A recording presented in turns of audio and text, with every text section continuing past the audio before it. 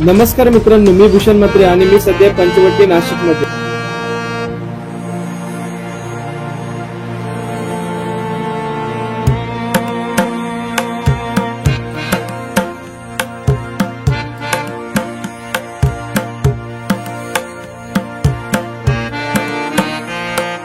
वाहन असल्यामुळे महादेवांच्या प्रत्येक मंदिरात नंदीला महादेवांच्या पिंडी समोरचं स्थान असतं. मात्र नाशिक मधील ऐतिहासिक कपालेश्वर मंदिर याला अपवाद आहे. महादेवांचे हे एकमेव मंदिर आहे. या ठिकाणी नंदीच नाही.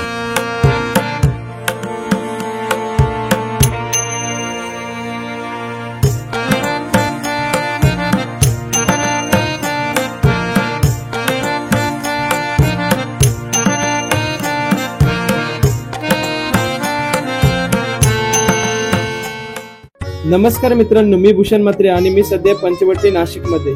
नाशिक शहरातील पंचवटी परिसरातील गोदावरी नदीच्या किनाऱ्याजवळ अनेक मंदिरे आहेत आणि ह्या सर्व मंदिरांमध्ये असे एक ऐतिहासिक मंदिर आहे, ते म्हणजे कपालेश्वर महादेव मंदिर.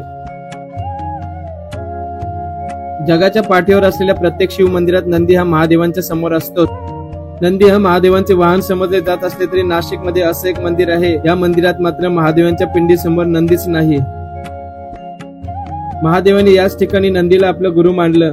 तर चला जाणून घेऊया नाशिकच्या ऐतिहासिक कपालेश्वर महादेव मंदिराची महती.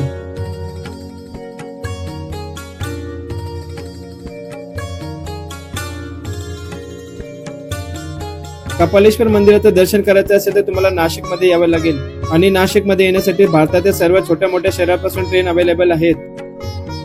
नाशिक मधून तुम्ही कोणत्याही ठिकाणापासून येत असाल तर रिक्षावाला अगदी कपालेश्वर मंदिरासमोरच सोडेल. नाशिकच्या गोदावरी घाटाच्या अगदी समोरच कपालेश्वर महादेवाचं मंदिर आहे. महादेवाचं मंदिर टेकडीवर असल्यामुळे 40 ते 50 पायऱ्या चढून जावं लागतं. मंदिराच्या प्रवेशद्वारातून 5 ते 6 पायऱ्या चढल्यावर डाव्या बाजूला बजरंगबली हनुमानरायाच्या मंदिराचं दर्शन करायला मिळतं.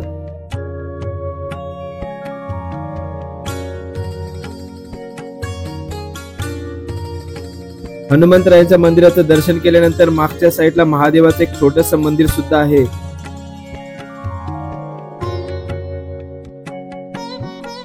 हनुमंतांचं आणि महादेवाच्या मंदिराचं दर्शन करून झाल्यानंतर 10 ते 15 पायऱ्या चढून झाल्यावर अजून एक मंदिर पाहायला मिळतं आणि ते आहे गायत्री माताचं मंदिर. आज हे मंदिर बंद असल्यामुळे तुम्हाला आज बाहेरूनच या मंदिराचं दर्शन करून देतो. या तिन्ही मंदिराचं दर्शन करून झाल्यानंतर अजून 15 ते 20 पायऱ्या चढून झाल्यावर आपण मुख्य मंदिरापर्यंत पोहोचतो. कपालेश्वर महादेव मंदिर पुरातन असून या मंदिराचे बांधकाम पूर्णतः काळ्या पाषाणात केलेले दिसून येत आहे.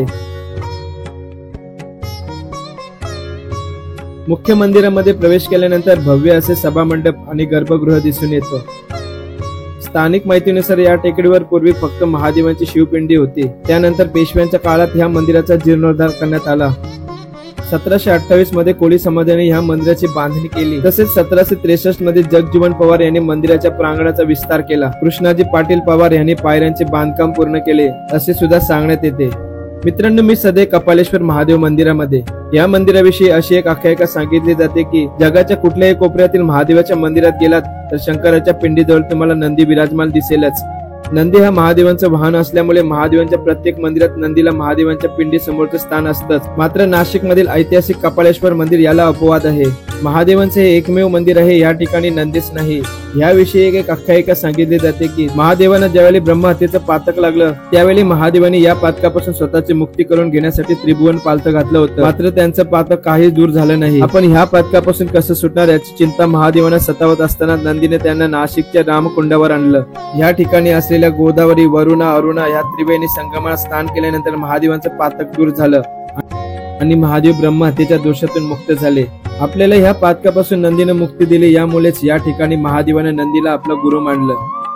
एका कपालेश्वर महादेवाच्या दर्शनात 12 ज्योतिर्लिंगाच्या दर्शनाचं पुण्य असल्याचा पौराणिक संदर्भ सुद्धा सापडतो. नाशिकच्या या कपालेश्वर मंदिरात श्रावणातल्या सोमवारी तसंच शनिवार आणि प्रदोषाच्या दिवशी महादेवांची पालखी सुद्धा काढली जाते. महादेवांच्या या कपालिक शिवपिंडीचं दर्शन घेतल्यास सर्व पातकांचा नाश होतो अशी सुद्धा धारणा आहे. मुख्य मंदिराचं दर्शन केल्यानंतर मंदिर परिसरात शंभू महादेवाच्या समोर नंदी असलेल्या शिवपिंडीचं दर्शन सुद्धा करायला मिळतं. तसेच मंदिर परिसरात श्री कपालेश्वरांची कथा असलेलं बोर्ड सुद्धा वाचायला मिळतं. त्याचबरोबर ह्या मंदिर परिसरात अजून छोटे छोटे मंदिरे पाहायला मिळतात। तर चला आपण पण घेऊया सर्व छोट्या छोट्या मंदिरांचं दर्शन। मित्रांनो, जर तुम्ही कधी नाशिक मध्ये आलात तर कपालेश्वर मंदिराला भेट द्यायला अजिबात विसरू नका। ही व्हिडिओ तुम्हाला कशी वाटली कमेंट मध्ये जरूर कळवा। व्हिडिओ आवडल्यास व्हिडिओला लाईक आणि शेअर करायला विसरू नका। आणि हो, जर चॅनलवर नवीन असाल तर चॅनलला सबस्क्राईब आणि बेल आयकॉन जरूर दाबा, जेणेकरून येणाऱ्या प्रत्येक व्हिडिओचं नोटिफिकेशन तुम्हाला घर बसल्या मिळू शकेल। लवकरच भेटू एका नवीन व्हिडिओ मध्ये। तोपर्यंत जय हिंद, जय महाराष्ट्र, जय जिजाऊ, जय शिवराय। बोला हर हर महादेव।